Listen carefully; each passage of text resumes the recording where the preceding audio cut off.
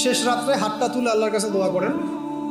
দোয়ার আগে খালি একবার বলবেন, আগে আল্লাহর প্রশংসা করবেন, বলবেন আলহামদুলিল্লাহ, তারপরে বলবেন আল্লাহুম্মা সাল্লি আলা মুহাম্মাদ, মানে প্রথমে আল্লাহর প্রশংসা, তারপরে রাসূল সাল্লাল্লাহু আলাইহি ওয়াসাল্লামের প্রতি দরুদ, তারপরে বলবেন রব্বিক ফিরলি, আল্লাহ আমাকে মাফ করো।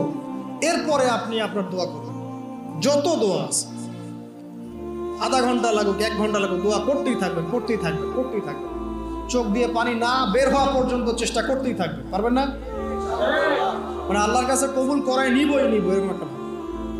আর এই যে সবচেয়ে বড় ওসিলা, একদিন বলে দিয়েছিলাম, আল্লাহর কাছে সবচেয়ে বড় ওসিলা দিয়ে দোয়া করবেন। অনেক ওসিলা আছে, যেমন আপনি দোয়া করতে পারেন, আল্লাহ আমি যে এতক্ষণ এই যে আমি 8-10 রাকাত নামাজ পড়লাম, আল্লাহ এই ওসিলায় তুমি আমাকে এটা দান করো। আল্লাহ আমি এই যে কোরআন তেলাওয়াত করেছি, খতম করলাম, এই ওসিলা আল্লাহ তুমি আমাকে এটা দান করো।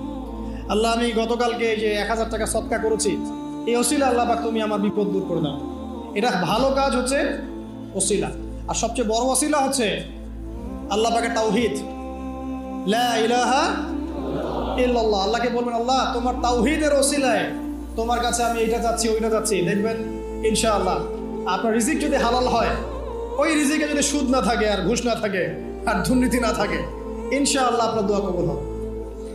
আর এরকম দোয়া কবুলের অনবদ্য মুহূর্তেও দোয়া কবুল হবে না যদি আপনার রিজিকের মধ্যে হারাম থাকে।